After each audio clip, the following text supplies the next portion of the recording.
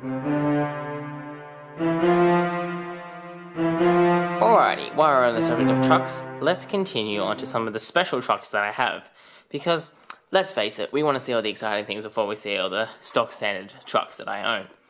So let's start off with this Marklin HO special vom Erz zum Stahl set. Which, if you don't speak German, means from coal to steel? Or from something to steel? Can't actually remember. That's embarrassing. Anyway, as you can see, this is the set 46143, and it's the special pig iron tipping set that was released from Marklin in 2012 as part of a special series commemorating an anniversary of this agreement, which happened in the European Union before it was actually formed. Now you can see the trucks there. So let's have a look at this packaging. It's very different to traditional Marklin packaging, because if we open it up, unlike most Marklin packaging, which is, you know, the truck, or the carriage, and a bit of clear plastic so we can see what's inside, this one we just get a printed picture, much like a train. You see it like this. We open it up and we have the foam rests for all of these, and when they're resting, these little buckets actually come out. And we also have a cute little book which it talks about, you know, product series. Oh, there you go, 2011, sorry, my mistake. I only got to Australia in 2012.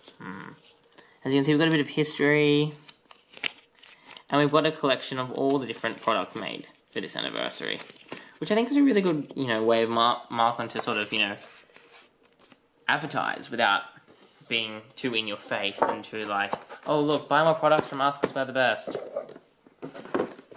So now you've had a quick look at the packaging. Let's actually have a look at the overall. Now these are the kind of really cool trucks that when you're going around aloud, you go, ooh, that's impressive. And that's because, let's face it guys, they are. I haven't seen many other companies attempt something like this. So if we, once again, uncouple them, a lot more, they've got the close couplings, which mean that they look really good going around the straights and effectively around corners too.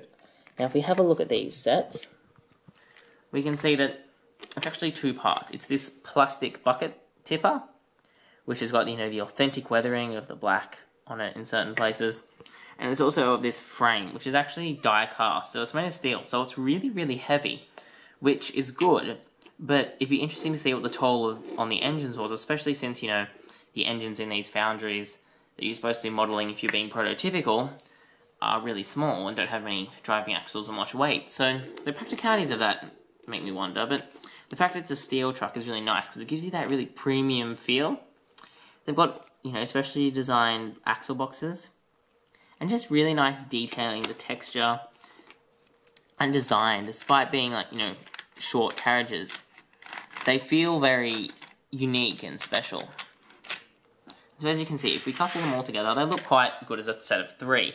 I'd love to see them as a set of 6, but as you'll hear later, there's a reason I don't have 6 of them.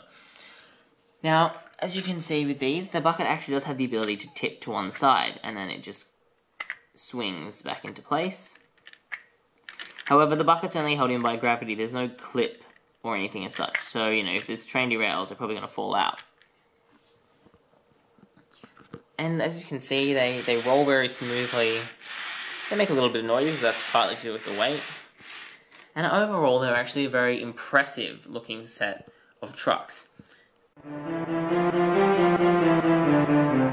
Well, as I've already explained, they're quite heavy, which is why if you're going to have a lot of these, I think trains would struggle, especially if they're like Rescue here, who only has 2 driving axles.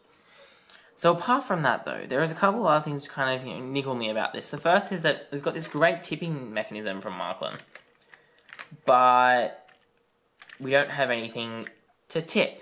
And I know that Fleischmann, back in the good old days, used to anyway, have a system where they had these kind of tipping wagons and a special tipper which actually automatically tipped them over through use of a special thing which pushed them over and then they returned to the centre.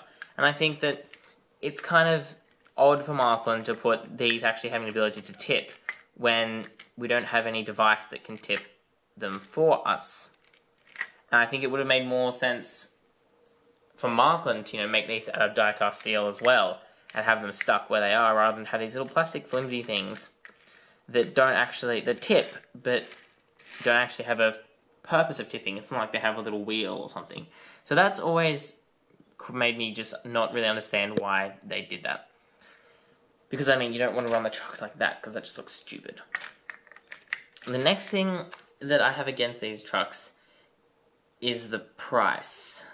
And now, you know, you go, oh yeah, Marklin's expensive, but this set was $175 Australian for 3 carriages.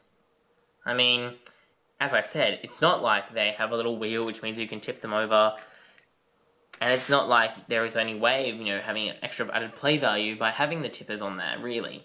And so I think that although it's a really nice set, it is pretty expensive.